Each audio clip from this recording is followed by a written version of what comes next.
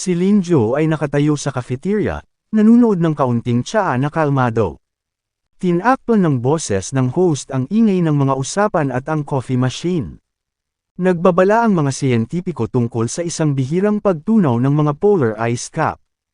Ang mga satellite image ay nagsiwalat ng 30% na pagbawas sa loob lamang ng 72 oras. Ito ay isang bagay na hindi pa nasaksihan ng sangkatauhan noon. Ngunit ang negosyanteng katabi niya ay natatawa at sinabing ito ay higit na alarma tungkol sa mga bagay na ito sa pagbabago ng klima. Sa mga araw na iyon, sinabi ng mga mamamahayag ang anumang bagay para lamang makakuha ng madla. Sabi ng babaeng katabi niya na nagtitimpla ng kape niya. Noong 2012 ito ay ang buong Mayan calendar thing, noong 2017 ang meteor na dumaan hindi ko alam kung ilang kilometro ang layo. Sa bawat oras na mayroong isang uri ng sakuna di umano sa kanyang paraan. Ito ay ang parehong mga kasinungalingan para lamang makakuha ng mga view, ang timing lang ang nagbago. Ngunit si Lin Jo sa likuran nila ay hinigpitan ang hawak sa tasa ng kape habang sinisisid ang mga alaala. Hindi sa nakaraan, kundi sa hinaharap na nabuhay na siya.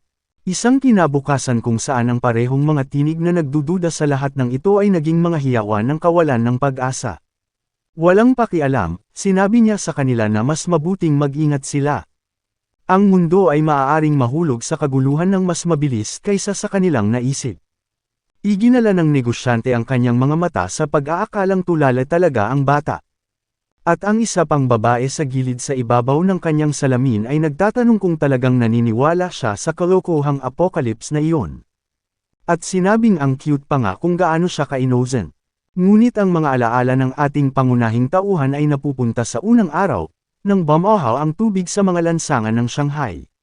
Gumuho ang mga gusali sa baha at ang unang halimaw na antas ng hari ay lumabas mula sa kailaliman. Ang napakalaking sukat ng nilalang ay nagbigay ng anino sa buong distrito ng pananalapi. Ang mga hiyawan at ang galit na labanan para sa mas mataas na lugar. Ang mundo ay inabutan ng lasa ng asin at takot. Sa kanya nasabi sa sarili niya na nakakatuwa ang tawaging inosente. Tumayo siya, nag-iwan ng pera sa tabi ng kape, at sinabing lalabas na siya. Ang babae, sa pag-aakalang nasaktan niya siya, ay nagtatanong kung nasaktan ba siya at bakit siya nagmamadali. Pero sagot lang niya na pupunta siya sa apartment niya dahil kailangan niyang maghanda. Tinanong ng mausisa na babae kung saan siya nakatira na may bastos na maliit na ngiti. Noon niya sinabi sa kanya na nakatira siya sa Palasyo 104. Agad na nagliwanag ang mga mata niya. Iyon ang pinakamalaki at pinakamarangyang gusali sa kapitbahayan. Kinuha niya agad ang mga gamit niya na nagsasabing gumagana siya sa interior design. And considering how luxurious that place is, it would be very interesting if she could see all the architecture inside his home. Ngunit umiling lang si Lin Zhao at sinabing may mas mahahalagang bagay kaysa sa paglilibot sa kanya. Pagkatapos ay kumaway palm na iniiwan siyang nalilito, lalaki. Sa labas ay tumingala siya at nakita ang maaliwalas na kalangitan ng Shanghai. Walang bakas ng pagkawasak na paparating. Ang sinumang naruroon sa sandaling iyon ay hindi makapaniwala kung ano ang magiging itsura nito sa lalong madaling panahon. 2 taon na nakaligtas sa pahayag ng baha. Ang pagkakanulo na dinanas niya mula kay Cao King at ang kamatayan sa kamay ng masamang Shi. Lahat ng iyon ay nangyari pa rin. Ngunit nakaukit na ito sa kanyang alaala. At sa pagkakataong ito ay handa na siya. Naglalakad ang aming anak sa marmol na lobby ng Palasyo 64 na parang pag-aari niya ang lugar. Ang gusaling iyon ay may reinforced steel beam at isang disenyo na ganap na ginawa para sa paglaban sa sakuna. Ito ay hindi gaanong gusali at mas parang isang marangyang kuta. Pagkapasok ni Lin Zhao, hindi mapigilan ng mga makulit na babae na ngumiti sa kanya. At habang naglalakad siya ay iniisip lang niya kung paano naging isa sa mga huling ligtas na kanlungan ng sangkatauhan ang lugar na ito. Pumasok siya sa elevator na tahimik na umakyat sa 99th floor. Ang mga titanium na pinto ay bumukas sa isang normal na marangyang penthouse. Ngunit ang kanyang ideya ng normal ay mga pader na may linya na may mga military crates sa halip na mga designer sofa. Mga tambak na supply na halos umabot sa kisame sa mga hilera ng tuyong pagkain. Water purifier, medical kit, at ammo man. Lahat ng iyon ay nagmistulang survival maze ang marangyang lugar na iyon. Si Lin Zhao ay nagbigay ng isang mapanlokong ngiti na nagsasabing sa pagkakataong ito ang paghihiganti ay napakahusay, ngunit tumpak. Within 3 weeks earlier, nang bigla siyang magising na pawisan, ipinatong niya ang kamay niya sa dibdib niya na nagtataka kung ano ang nangyari. Sa pagkakaalala niya, nawalan lang siya ng malay matapos siyang matamaan. Ngunit bago siya makapag-focus sa kung ano ang bumaba sa tao, biglang nag-pop up ang maliit na window ng system para sa bastard. Bagay na sa kanya lang nakikita. Ang sistema ng dagat ng mga talento ng nakaligtas. Bago pa man niya maintindihan kung ano ang tao, nakuha na ang unang kakayahan. Nakuha niya ang talento sa technopathy at nagsimulang magtaka kung ano iyon. Ipinaliwanag ng system na ito ay ang kakayahang kontrolin ang mga elektronikong aparato kahit na walang kapangyarihan. Ito ay isang uri ng isang kasanayan upang ihak ang anumang bagay at sa parehong oras iyon ang mga device. Inchik ang lalaki at kung may alam man siya, ito ay mga sistema. Kaagad na nahulog ang mga piraso at ngumiti siya. Ang kakayahang kontrolin ng electronics ng walang enerhiya ay magbibigay sa kanya ng malaking kalamangan sa darating na kaguluhan. Pagkatapos ay ipinapakita ng kanyang telepono ang petsa, eksaktong 1 buwan bago dumating ang pahayag ng baha. At wala siyang sinasayang kahit 1 segundo. Bago ang tanghalian, ang bastard ay nakagawa na ng hindi mabilang na mga bank account at nag-loan hanggat maaari.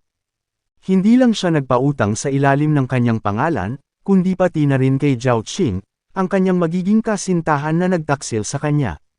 Mabilis na dumating ang pera at sa lalong madaling panahon ay magkakaroon siya ng sapat upang simulan ang pag-assemble ng kanyang arsenal. Ang problema, hindi nagtagal, nang umalis siya sa bahay para simulan ang kanyang mga plano, nasagasaan niya ang mga ito. Si Zhao Qing ay nakatayo na sa harapan, naka-cross arms at galit na mukha. Sa tabi niya ay si Xiao Jiang, ang kanyang kapatid, na parang asong nagbabantay. Sa isang peking tono at nagpapanggap na nagmamalasakit, tinanong niya kung saan pupunta si Lin Zhao sa isang lugar na ganoon. Tinitigan ng aming anak si Zhao Qing at ang kanyang kapatid. Ang pagkakita sa kanilang mga mukha ay nagdulot ng hindi mabilang na mga alaala. Nakikita niya ang kanyang sarili 2 taon sa hinaharap, sa loob ng apocalypse. Ngunit ang tubig ay dumating na, kasama ang mga nilalang at karamihan sa lungsod ay nawasak. May mga halimaw na nakalugay at ang mga baha ay isang regular na bagay. Sa isa sa ilang araw na medyo hamupa ang tubig, lumabas si Lin Zhao upang maghanap ng mga panestos. Habang nasa daan, tumunog ang kanyang telepono. Si Xiao Jiang, ang kanyang boses ay tumatawag, na nagsasabing may mga taong papasok sa apartment upang magnakaw ng mga gamit at kailangan niyang bumalik. Kaagad, tumakbo pabalik si Lin Zhao na desperado at binuksan ang pinto ng apartment. Pero bago pa niya maintindihan ang nangyayari, may bumagsak sa kanyang batok. Nagsisimulang magdilim ang kanyang paningin sa loob ng ilang segundo. At bago pa siya mawalan ng malay, nagawa niyang lumingon. Sapat na makita sina Mao Ji at Xiao Jiang na nagtatawanan, habang si Xiao Qing ay nakatingin sa gilid. Ang kanyang malamig na mga mata ay nagpapaliwanag na siya ay bahagi ng lahat ng ito. Naglalaho ang alaala at bumalik sa kasalukuyan, nakatitig siya sa 2 magtatraidor sa kanya sa hinaharap. Nagtanong muli si Xiao Qing kung ano ang nangyayari. Gusto niyang malaman kung bakit nakakatanggap siya ng maraming mensahe na nagsasabing may nanghihiram sa kanyang pangalan. Nanatiling kalmado si Lin Zhao at sinabing nahak ang kanyang account. Tila may nakakuha ng kanilang impormasyon at papunta na siya ngayon sa bangko sa sakto noon. Sumigaw si Xiao Jiang at hinawakan si Lin Zhao sa kwelyo, sinasabing nagsisinungaling siya. Nagtatanong kung talagang iniisip niya na sila ay sapat na pipi upang maniwala na gagawin niya ang isang bagay na ganoon. Ngunit tulad ng sinabi niyang hindi aalis si Lin Zhao hanggat hindi niya ito naaayos. Out of nowhere, sinunggaban niya ng kamao ang bibig ng lalaki. Ang katumpakan ay perpekto habang nabuo ang kasanayan sa panahon ng kaligtasan. Pinahihit ni Xiao Jiang ang lahat ng kakaiba at bumagsak na walang malay sa lupa. Sa sandaling iyon, ang kapatid na babae ay sumisigaw sa kawalan ng pag-asa, nagtatanong kung si Lin Zhao ay nawala sa kanyang isip. Pero inayos lang niya ang quote niya at tinanong kung kabaliwan ba talaga ang tingin niya. Mas mabuting maghanda siya dahil wala siyang ideya kung gaano kabaliw ang mundong ito. Pagkatapos ay tumalikod siya at lumayo sa lalaki, naiwan ang tanggang nakaluhod sa tabi ng kanyang kapatid. Sumakay siya sa unang bus at tumungo sa isang kalahating wasak na gusali sa gilid ng lungsod. Mula sa labas, kahit sino ay magsasabi na ang lugar ay inabandona. Nagbabalat na pintura, maalikabok na bintana, at walang nakikitang tao.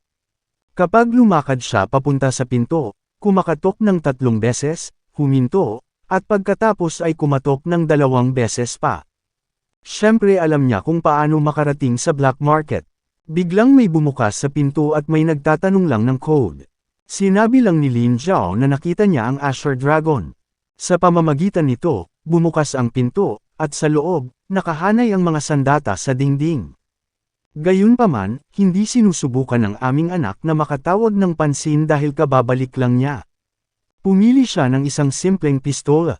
Maaasahan, katahimikan, at basic. Binayaran niya ang pera mula sa mga pautang at inilagay ang sandata sa loob ng kanyang Amerikana nang walang sabi-sabi. Sumunod, pumunta siya sa isang marangyang ahensya ng real estate na may 4 hanggang 15 bintana. Nagulat ang broker nang sabihin ni Lin Zhao na gusto niyang ibenta ang kanyang apartment kaagad. Ang alok ay 25% mas mababa sa halaga ng merkado. Magiging madali para sa lalaki na bawiin ang kita na iyon. Bahagyang tumagal ang negosasyon. Alam ng ahente na maaari niyang kunin ang apartment na iyon, ibenta ito ng mas malapit sa presyo ng merkado, at kumita ng 20% na tubo sa magdamag. Ang tanging kondisyong ginawa ni Lin Zhao ay manatili siya ng ilang araw sa lugar bago lumipat upang maibenta nila ito. Masyadong maganda ang profit opportunity kaya tinanggap na lang nung guy at umalis na yung boy namin. Habang naglalakad sa mga kalye, nagtaka siya kung bakit hindi niya ginamit ang kanyang kapangyarihan sa technopathy upang subukang direktang maglipat ng pera sa kanyang account. Ang problema ay organisado pa rin ang mundo at kung matuntan nila siya, magiging komplikado ang mga bagay-bagay. Sa ngayon, mas pinili niyang maging low profile. Bakit magsusumikap kung alam niya ang bawat isa sa mga numerong ibubunot? Naalala niya ng husto ang larong iyon sa lottery dahil ilang araw na lang bago nawasak ng delubyo ang lahat.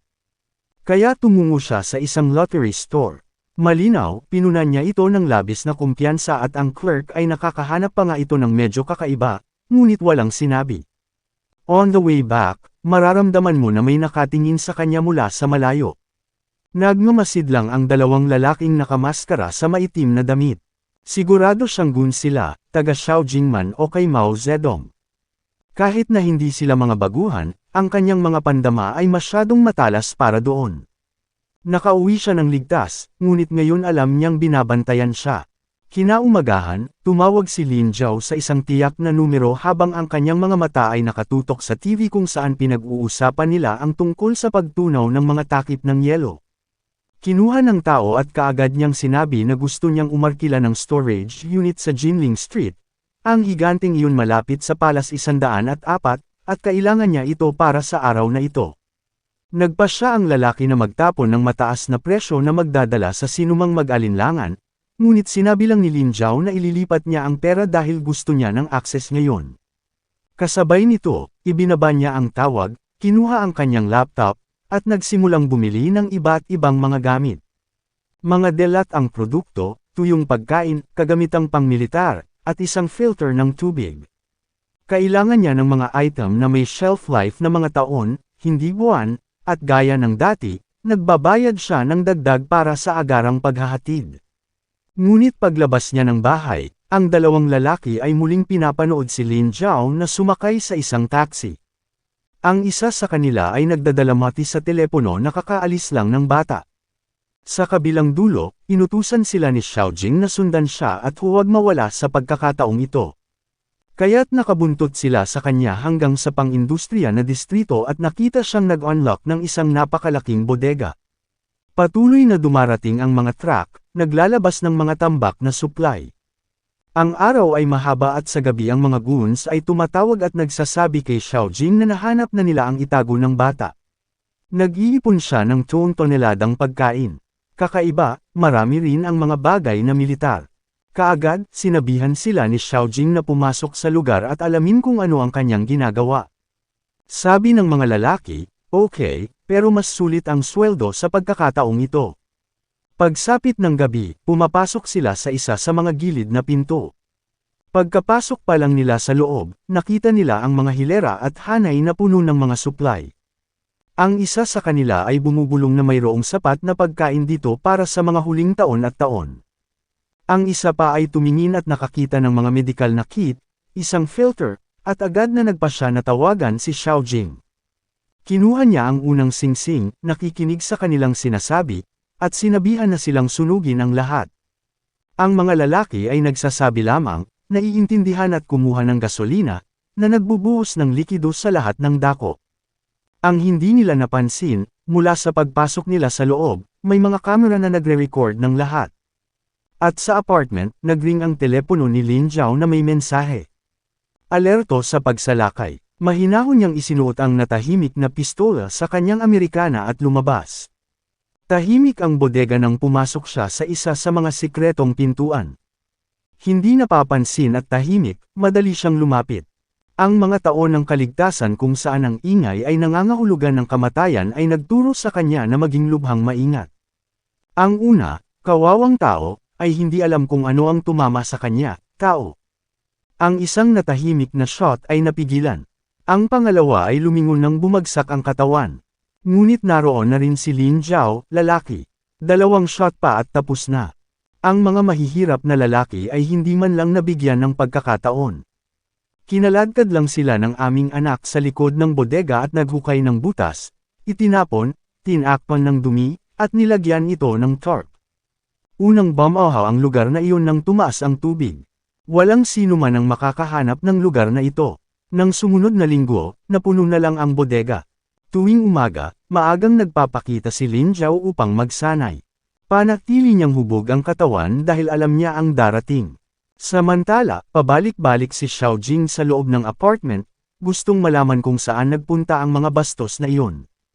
Tila ang hamak na iyon ay nagtaksil sa kanya, iniwan ang misyon, at ngayon ay hindi nila siya pinapansin. Sinabi ng kapatid na babae sa tabi niya na malamang na tumakbo sila kasama ang paunang bayad na ipinadala niya, ngunit tumugon lamang siya na ang mga bastos na iyon ay hindi maglalakas loob na gawin ang isang bagay na ganoon. 7 araw na ang nakalipas mula nang bumili ang aming anak ng mga tiket sa lottery. Ang pagguhit ay nangyari sa pambansang telebisyon. Nagtipon ang lahat upang makita kung sino ang mananalo ng jackpot sa pagkakataong ito. Isa-isang bumagsak ang mga binilang bola, lahat ay tumutugma sa tiket ng ating bida na hindi nagpakita ng kahit isang reaksyon. Ang huli ay bumaba, na nagpapatunay sa kanya bilang isa sa mga nanalo ng pinakamalaking premyo sa kasaysayan. Malinaw, hindi yun nagulat sa kanya, ngunit ang balita ng kanyang pagkapanalo ay kumalat sa buong lungsod na parang baha. Ang kanyang mukha ay nasa bawat screen, pahayagan, at social network. Ang maswerteng lalaki na naging milyonaryo magdamag. Para kay Lin Zhao, ito ang perpektong sandali. Sa sandaling ang pera ay tumama sa account, ang halaga ay napakalaki kaya nahihilo ang sinuman. Pero siya naman, alam na niya kung paano ito gagamitin. Kumuha siya ng taxi mula sa apartment na nabili na niya at sinabihan ang driver na pumunta sa Palas 104.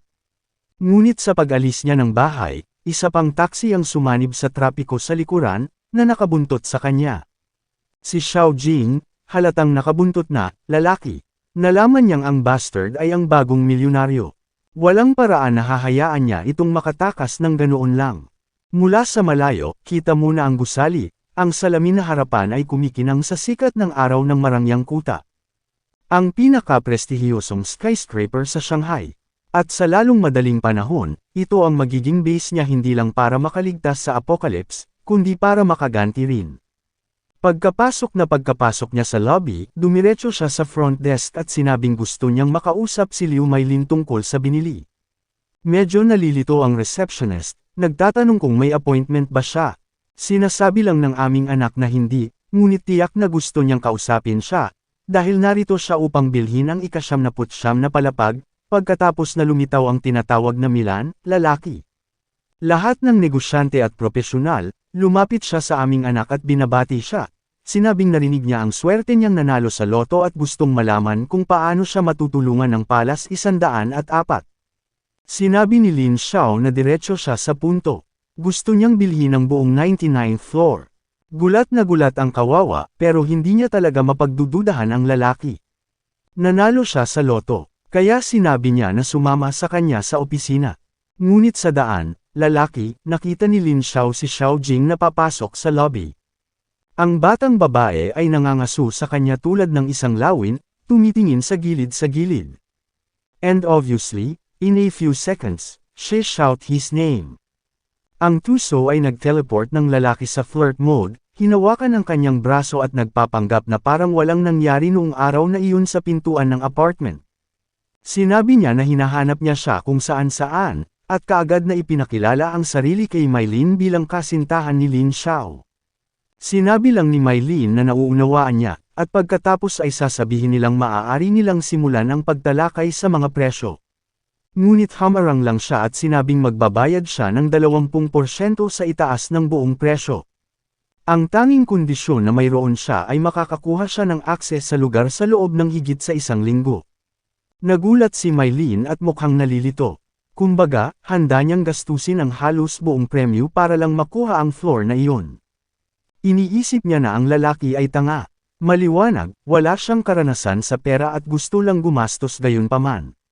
Soon enough, masisira na naman sila. Ngunit alam niya kung gaano kahirap para sa isang tao na mag-alok sa ika-99 na palapag dahil sa walang katotohanan na presyo. Tanging isang hanggal o isang taong madaling nakakuha ng pera ang gustong gumastos ng ganoon. Kaya sabi niya posible, dahil iyon ang kaso. Inihahanda na ang mga papeles ng Sam Andal at tainga si Xiao Jing, nagtatanong kung bibilhin ba talaga niya ang buong palapag. Siya ay talagang isang kamanghamanghang tao, puno ng mga sorpresa.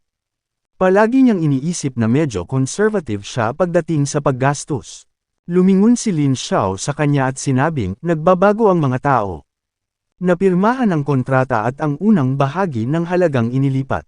Sa parehong segundo, iniabot niya ang isang credit card kay Xiao Jing, pagkatapos ay sinabi niyang may espesyal na misyon siya sa pagpili ng lahat ng kasangkapan para sa ika-99 na palapag. Mabibili niya ang pinakamagagarang bagay at may hatid doon ang lahat. Kaagad, naging emosyonal si Xiao Jing sa pasasalamat sa kanya. Gusto na niyang halikan ng lalaki at tumakbo palabas na nagsasabing tatawagan niya ang kaibigan niyang si Yang Lei. Hindi niya kailangang mag-alala. Gagawin niyang perpekto ang sahig na iyon at hindi niya ito pagsisisihan. Sa sandaling lumabas siya ng pinto, tinawagan ni Lin Xiao ang warehouse team at sinabihan ang lahat na maghanda na ilipat ang lahat sa Palas 104 sa ika-99 na palapag. Pagkalipas ng 2 araw, tumawag si Mylene at sinabing ibinigay nila ang lahat. Ngunit iyon ang pinakamabilis na nakaya nila. Sa wakas, ang ika-99 na ay handa na para sa kanya. Maingat, nagsimulang gumamit ng elevator ng serbisyo ang truck pagkatapos ng truck sa buong araw upang mag-alis ng mga supply. Kasabay nito, ang mga muebles mula sa mga luxury store na binisita ni Xiao Jing ay dumarating. Ang sahig ay napupuno na at kasama noon, ang huling paghahatid ay ginawa. Nang may hatid ang huling piraso ng muebles, gumawa ng huling tawag si Lin Xiao sa bangko at kinansela ang card na kasama ni Xiao Jing. Samantala, sa kabilang panig ng lungsod, si Xiao Jing ay nasa isang luxury store. Ang counter ay puno ng mga sapatos, designer na damit, at lahat ng iba pa. Si Yang Lei ay nasa tabi ng kanyang laway na nagsasabing siya ay talagang maswerte kay Lin Xiao at hinihiling sa kanyang kaibigan na huwag siyang kalimutan kapag nagsimula na siyang manirahan sa lugar na iyon. Tumawa si Xiao Jing at sinabing hindi niya malilimutan at niyakap ang maliit na card. Ngunit nagbago ang ekspresyon ng clerk at humingi siya ng paumanhin, sinabing ang card ay tinanggihan. Sinabi ni Xiao Jing na imposible iyon, ang card na iyon ay may access sa milyon-milyon, kaya patakbuhin lang itong muli. Buong linggo siyang bumibili ng mga kasangkapan, ngunit pagkatapos ng 3 pagtatangka, pareho ang resulta. Nagsimulang mamula si Xiao Jing at pagkatapos ay sinubukang tawagan si Lin Xiao. So ito sa voicemail. Kinabukasan, lalaki, siya ay nagmarcha papasok sa Palasyo 64. Halatang galit na galit ang Tuso, gustong malaman kung paano binabaliwala ng bastos na iyon ang reyna ng lugar na iyon. Parang bagyo siyang sumugod sa lobby, ngunit habang patungo siya sa elevator, napahinto siya. Sinabi sa kanya ng mga gwardya na, sa kasamaang palad, kailangan nilang suriin ang kanyang ID. Sa sandaling ibinigay niya ang kanyang pangalan, humingi siya ng paumanhin at ipinaalam sa kanya na siya ay nasa isang restricted list at hindi makapasok. Mas galit, tinanong niya kung may ideya siya kung sino siya.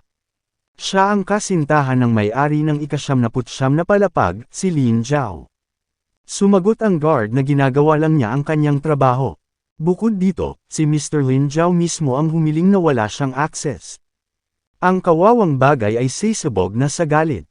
Samantala, hanggang sa ika-79, ang aming anak ay nagtatapos ng ilang higit pang mga push-up. Gaya ng dati sa umaga, nag-light workout siya habang nanunood ng balita. Nagbabala ang mga meteorologists sa hindi pa naganap na pagtaas ng lebel ng dagat. Ilang mga rehiyon sa baybayin ang nag-uulat na ng pagbaha at sinabi ng mga eksperto na maaaring ito ang simulan ng isang bagay na sakuna. Isang madilim na ngiti ang ibinigay ni Lin Zhao.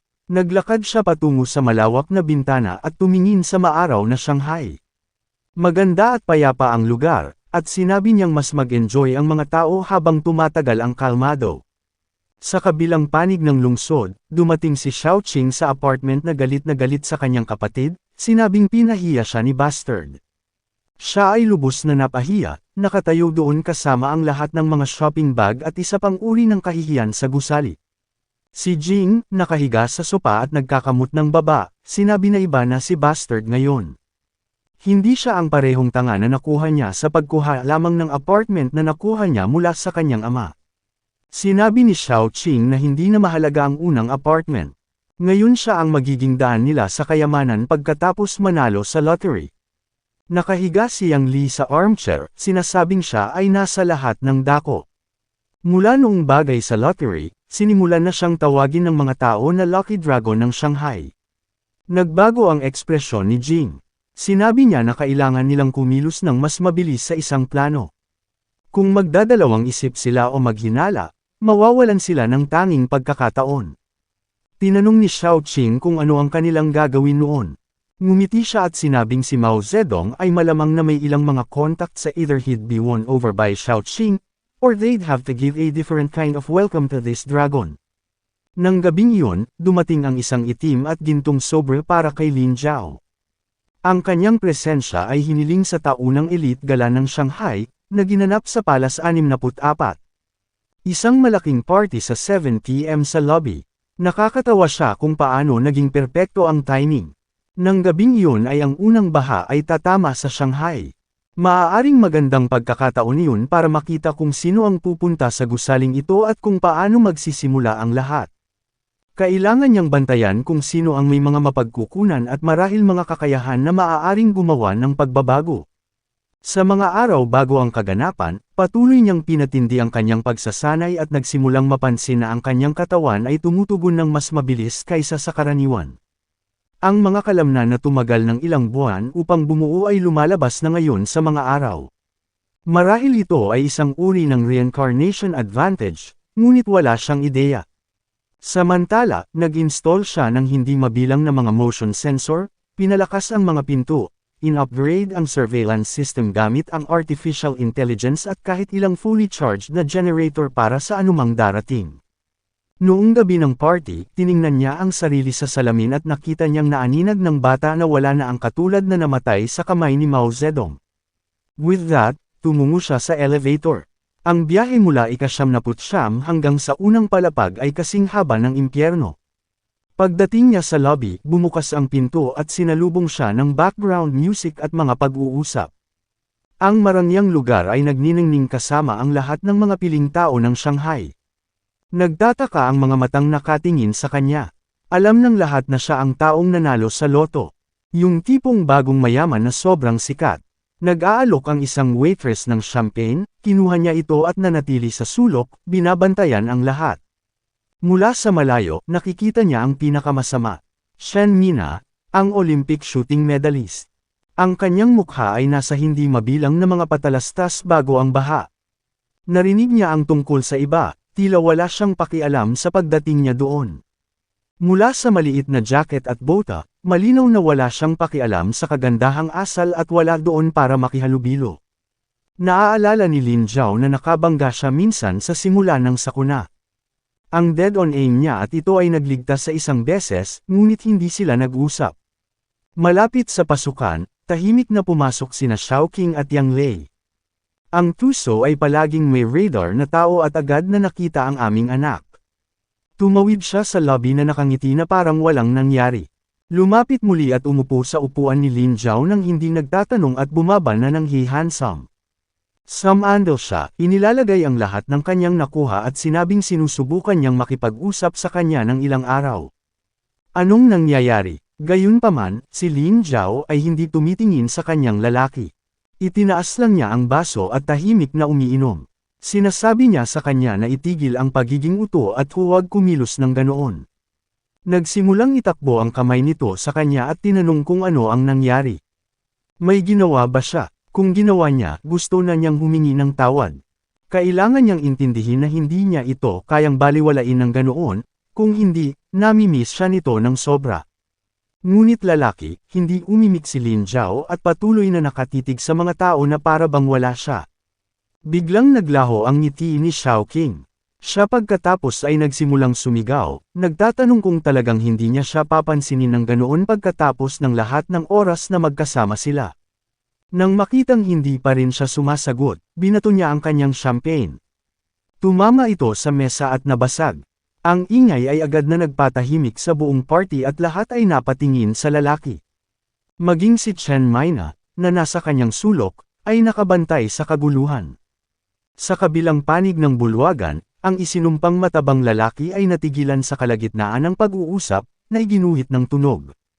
Siya ang dahilan kung bakit sila nakapasok sa lugar na iyon, at si Xiaoqing ay nandoon na sumisigaw. Nagtatanong kung ngayon ay naisip niyang mas magaling siya sa kanya dahil lang sa nanalo siya sa loto. Tumayo siya para sampelan ang lalaki, ngunit kalmado lang na hinawakan ni Lin Zhao ang kanyang palso.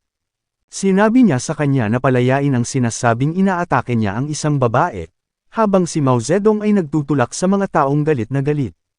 Mula sa malayo, sinisigawan niya ito na palayain siya, at ang lalaki ay pinipigilan na niya ang kanyang kamao para sumuntok.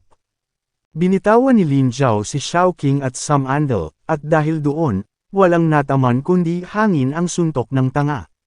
Yung chubby guy, all off balance, muntik na matamba. Sinabunutan niya ang sarili upang subukang balikan ito, habang si Xiaoqing ay nakatitig lang, gulat na gulat.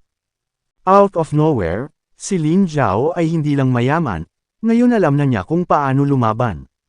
Iyon ay nang biglang, isang kakaibang ingay ang yumanig sa gusali at namatay ang mga ilaw. Ang ballroom ay nahuhulog sa kadiliman, kaagad na sinundan ng mga hiyawan at gulat na paghinga. Ang mga emergency na ilaw ay kumikislap, nagiging pula ang lahat, at sa telepono ng lahat, may lalabas na alerto sa pagtatanggol sa sibil. Babala sa emerhensya, kritikal na antas ng pagbaha sa baybayin. Ang sinumang nakatira malapit sa baybaying rehiyon ay dapat na lumayo ngayon at huwag lumapit sa baybayin sa anumang pagkakataon. Agad na sumiklab ang kaguluhan, at lahat ng may pamilya malapit sa dagat ay umiiyak na at tumatawag. Si Lin Zhao, sa kabilang banda, ay pinagmamasdan ng lahat ng may lamig. Kumuha siya ng bagong baso ng champagne at tumungo sa elevator. Sa sandaling pinindot niya ang 79, nakaramdam siya ng kakaibang kilig. Ang kapangyarihan ng technopathy ay nag-a-activate mula sa isang segundo hanggang sa susunod, at pakiramdam niya ay parang nakakonekta siya sa buong network ng seguridad. Sa pamamagitan nito, sinimulan niyang isara ang lahat ng emergency door sa bawat multiple ng 10 palapag. Sa madaling salita, noong ika-10, ika-20, ika-30, ika-40, hanggang ika-90 palapag, lahat ay isinara. Ngayong nagsisimula na ang lahat, wala nang dahilan para itago ang kanyang kapangyarihan, at sa lahat ng nakalak, walang makakatakbo sa hagdan kapag tumaas ang tubig. Kasabay nito, ang elevator ay umakyat, na iniiwan ng gulat. Samantala, sa ballroom, muling bumukas ang mga ilaw. Nag-alinlangan at natakot ang lahat nang lumitaw si Chen Mina. Itinaas niya ang kanyang mga kamay at hiniling sa lahat na manatiling kalmado, na ipinaalam sa kanila na nakumpirma na niya sa mga awtoridad na ligtas ang rehiyong ito ng Shanghai. Malayo sila sa lugar ng baha, kaya ang alertong iyon ay naging higit na pag-iingat para sa kanila. Not to mention that Palace 104 na was not at any risk, so they could enjoy the evening. Umalis ang ilan pang kaina-hinalang bisita, ngunit nakahinga ng maluwag ang karamihan. Sa ilang minuto, bumalik ang musika at champagne para sa lahat, pare. Nagpatuloy ang party. Sa sandaling iyon, nagmamadaling pumasok si Xiao Beijing para hanapin ang kanyang kapatid pagkatapos ng balitang baha. Sa gitna ng ballroom, hinahanap pa rin ni Mao Ji ang bastard na si Lin Zhao. Nang biglang, nakita niya si Chen Mina sa likod ng telepono sa kanyang tainga. She looked a bit frustrated and right away, nakakita ng opportunity na lalaki ang matabang lalaki. Pinakinis ang kanyang kamiseta, inayos ang kanyang sinturon, at tumungo sa kanya. Pumasok na siya at nagtatanong kung masama ang signal sa panahon ng emergency na ito. Mas malapit ito at gustong malaman kung sino ang sinusubukan niyang tawagan. Sumulyap siya ng walang labis na pag-aalala at sinabing tinatawagan niya ang kanyang manager upang sabihin sa kanya na umalis, na nilinaw, lalaki, na hindi siya interesadong makipag-usap sa kanya.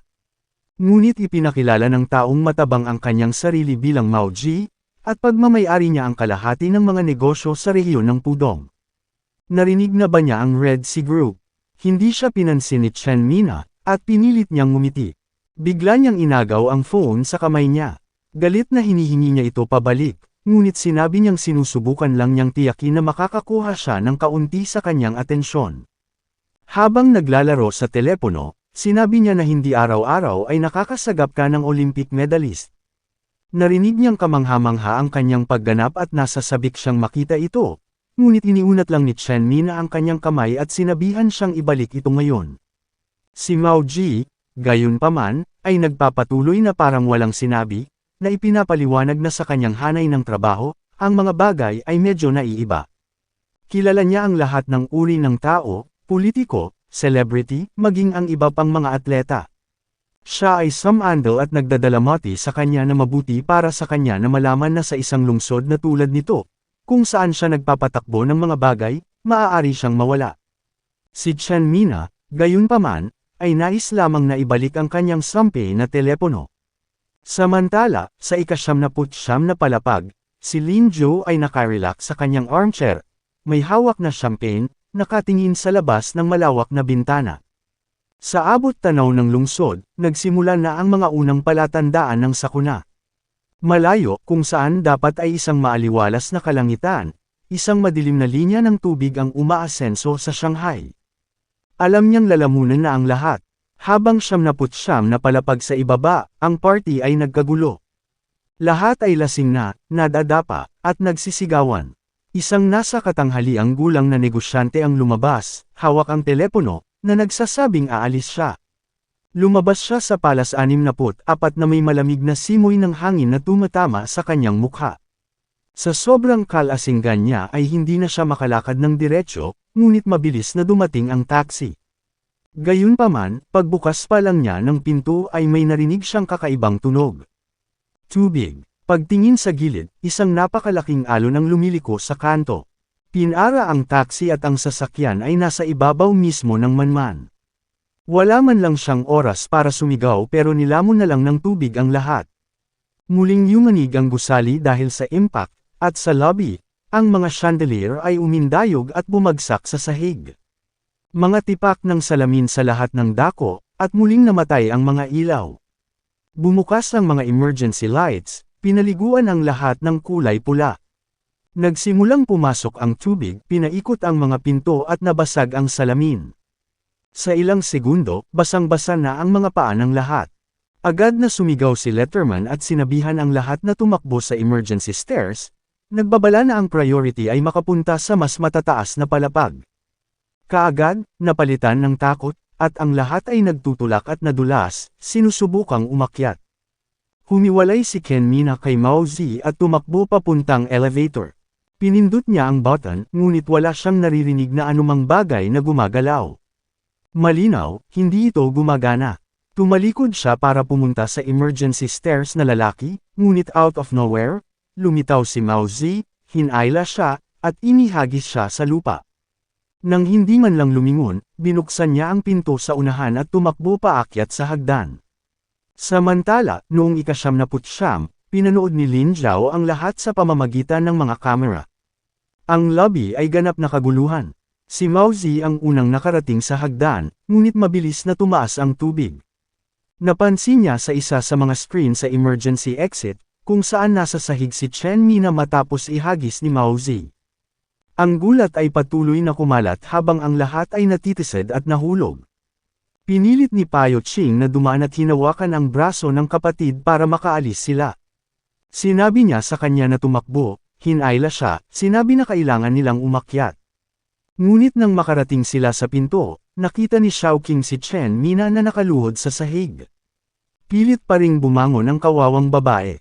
Saglit na nagtama ang kanilang mga mata, at makikita mo na si Chen Mina ay may sakit o may nangyari sa kanyang bukong-bukong, na hawak niya. Ngunit lalaki, nag-alinlangan lang si Xiaoqing, pagkatapos ay tumalikod at tumakbo kasama ang kanyang kapatid. Sinubukan ng Chain Maiden na si Chen Mina na humingi ng tulong, ngunit huli na ang lalaki. Dahil doon, sinimulan niyang itinaas ang sarili gamit ang rehas, ngunit hindi nakakatulong ang bukong-bukong. Pumikit na naman ang sakit ng kanyang mga binti. Natamba siya pabalik. Ang tubig ay hindi tumitigil sa pagtaas, ngunit hindi siya makagalaw.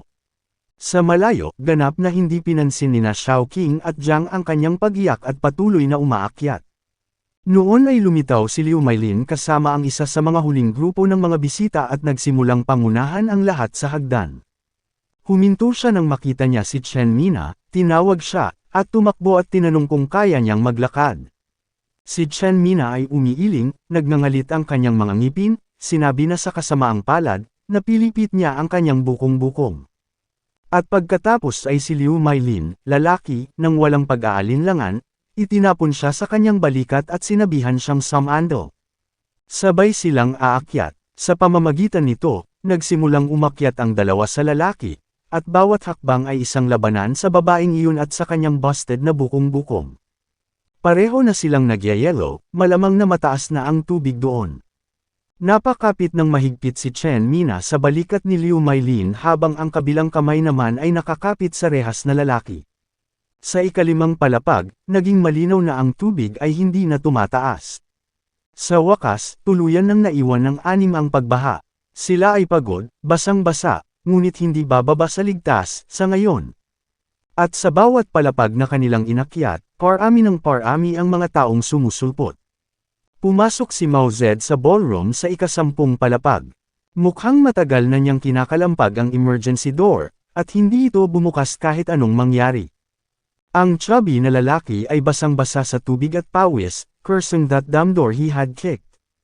Mas mukhang luxury casino ang party room na iyon. Mga poker table, slot machine, at isang buong bar. Iyon ay dahil, sa Palasyo 104, ang buong ika-10 palapag ay isang may temang ballroom. Pumasok kaagad si Mao Zed, nag-iwan ng basang mga bakas. At pagkatapos noon, dumating sina Xiaoqing at Xiaojing. Nadada pa sila sa pare-parehong basang-basang tao. Agad na tinawag ni Qiujing si Mao Zed, sinabing mabilis na tumaas ang tubig sa ibaba. Nagbago kaagad ang ekspresyon ni Mao Zed, at sinabi niyang makinig siya. Ang daanan sa ika-10 ay selyado at isang grupo ng mga nakaligtas ay darating sa lalong madaling panahon. Kailangan nilang kontrolin ang lugar na ito bago pa maging komplikado ang mga bagay-bagay. Hindi nagtagal, dumami ang mga nakaligtas na nagsimulang dumating. Lahat ng mapotla ang mukha, basang-basa ang damit, at ang ilan ay bumagsak sa sahig. Natakot ang mga tao. Sa wakas ay dumating sina Liu Mailin at Chen Mainan, karga-karga pa rin ang babaeng lalaki. Ang bukong-bukong ay ganap na namamaga, at syempre, napansin kaagad ng lahat. Ang kasino na iyon ay naging ganap na gulo. Ang lahat ay nakikipaglaban para sa espasyo, ang iba ay nagnanakaw sa bar na naghahanap ng anumang makakain, habang ang ibang mga grupo ay nakaupo lamang sa gulat. Sa gitna ng lahat ng kaguluhang iyon, biglang umalangaw ang putok ng baril.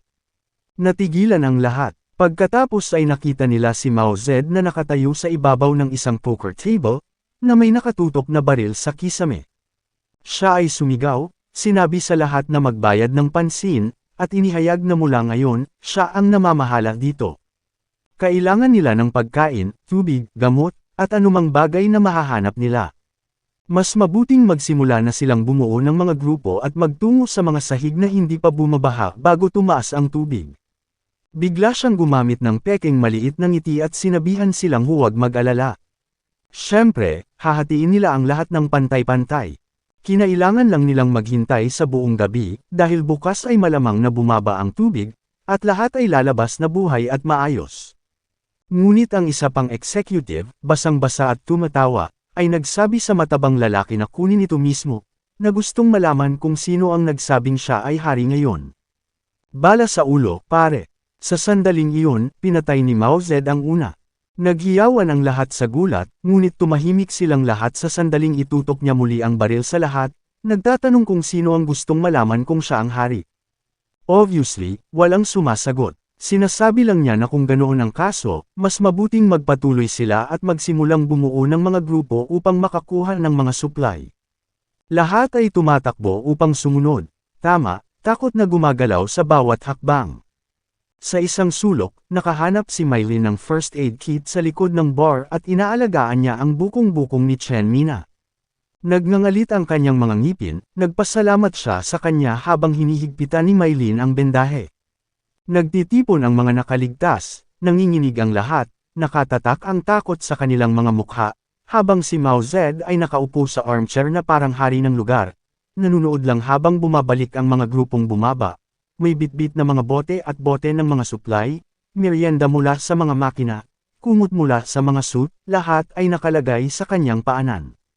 Si Xiao Qing, lahat ng manloloko, ay nag-abot ng isang maliit na tuwalya na may pilipit na ngiti, na nagsasabing ito ang kanyang nakuha. Samantala, 89 na palapag sa itaas, tinitingnan ni Lin Xiao ang oras. Medyo gabi na, kaya binuksan niya ang heater ng kwarto. Naghanda siya ng perpektong steak sa kusina at umupo para kumain. Pagkatapos noon, humikab siya at humiga na nakangiti, hindi nababahala sa paghihirap na pinagdadaanan ng iba. Umaga ang araw sa Shanghai, ngayon lang ito binaha ng kakaibang tono. Dati puno ng buhay, ngayon ay marumi, tubig na umaabot hanggang abot tanaw. Ang mga taluktok ng mga skyscraper ay nagmistulang malungkot na mga isla sa gitna ng dagat.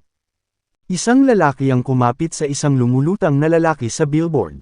Nakita niya ang tuktok ng isang gusali at sinusubukang lumangoy upang maabot ito, ngunit sa isang iglap, may dumaan sa ilalim niya. Sa isang marahas na welga, ang lalaki ay hinayla pababa at ang kanyang sigaw ay natahimik sa ilalim ng mga alon. Samantala, sa taas, isang komersyal na eroplano ang umiikot, nanginginig ang mga makina. Iyon ay dahil sinusubukan ng piloto na makahanap ng isang runway mula kagabi, ngunit mayroon lamang tubig.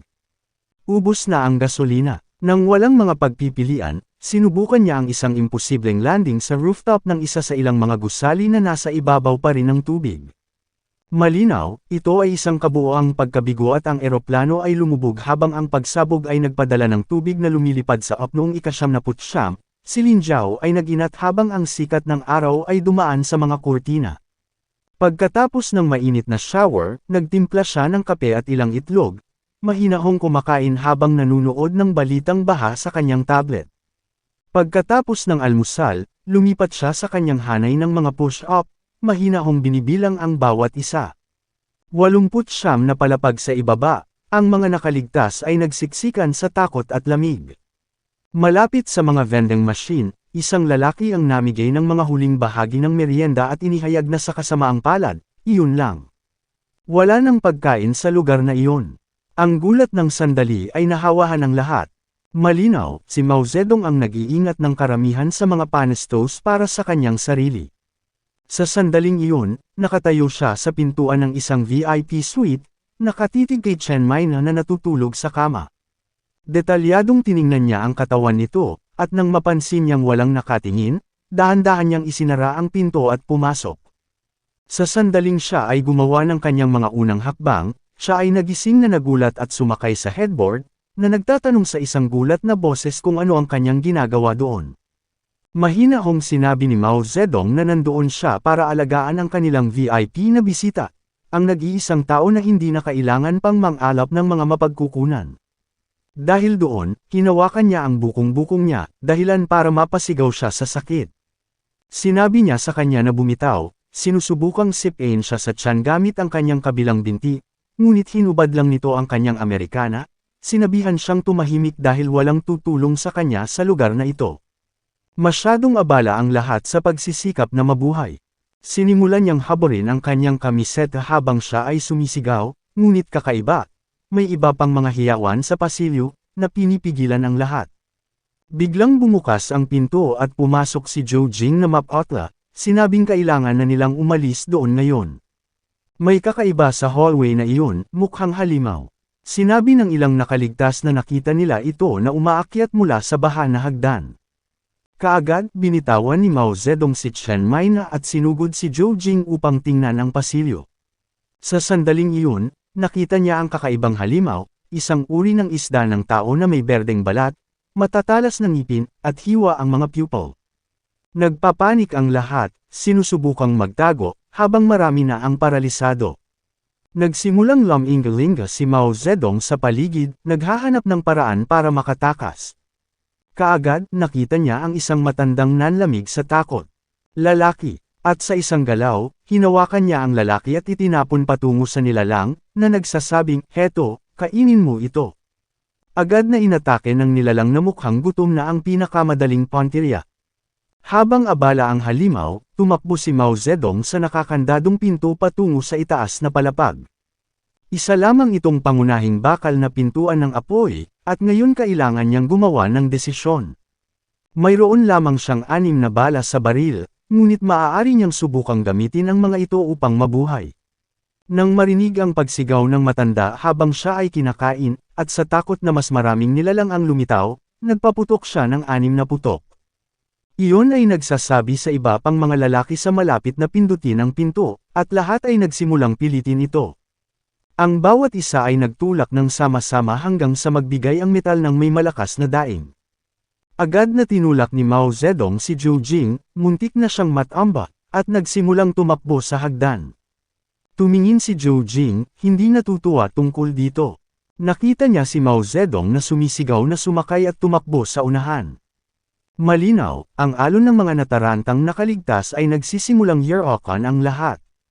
Nag-ambala si Mylene, tinutulungan ang isa pang grupo ng mga tao, habang si Zhou Jing ay hinawakan ng braso ng kanyang kapatid at hinayla siya para sumama rin sa kanya.